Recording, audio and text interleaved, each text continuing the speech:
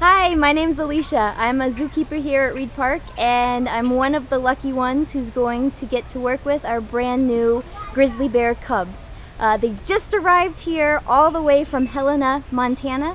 They came to us in the back of a great big air-conditioned trailer. After such a long journey, we wanted to make sure that the bears were doing okay physically.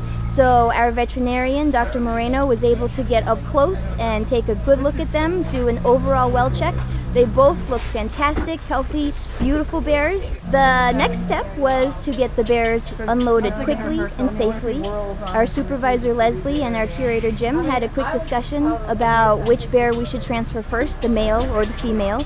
We decided that the female would be the first one into her new home. So we started unloading our female. She was really heavy, 180 pounds plus the weight of the crate, so it took quite a few of us to get her off the trailer and transferred into quarantine. Once we had the bears in quarantine, we had to situate the crates so that they were sitting right up against the door, so we would be able to safely open the crate door and have the bears be able to walk out into a room that had a clear visual. The male was very protective over his sister, so as soon as we took her away, he started bouncing up and down in his crate and he was rocking the whole trailer. So when it came time to move him, we decided to use a forklift because he was 220 pounds plus the weight of an even larger crate.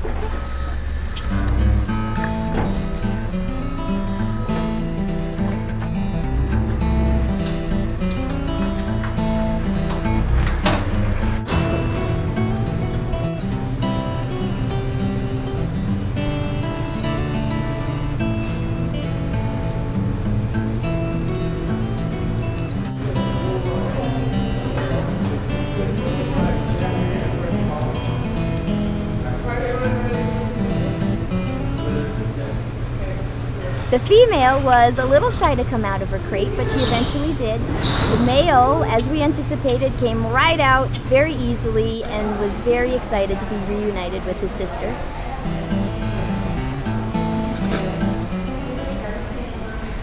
Getting to actually see the bears for the first time was amazing, and it moved us all, I think, in a very special way.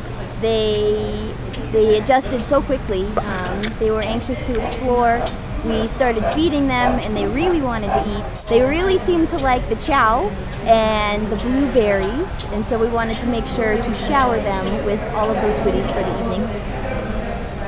They wanted to investigate their huge pool of water. They both took good drinks out of it.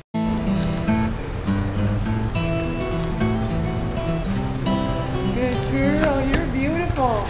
We decided to put a few handfuls of apple pieces into their pool because apple bobbing is fun, and it was a nice way to encourage the bears to come over and take a nice long drink. It was great to see how curious they were right off the bat.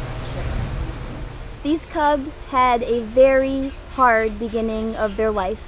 They were captured along with their mother and their brother. They were actually triplets, but their brother did not survive the capturing process.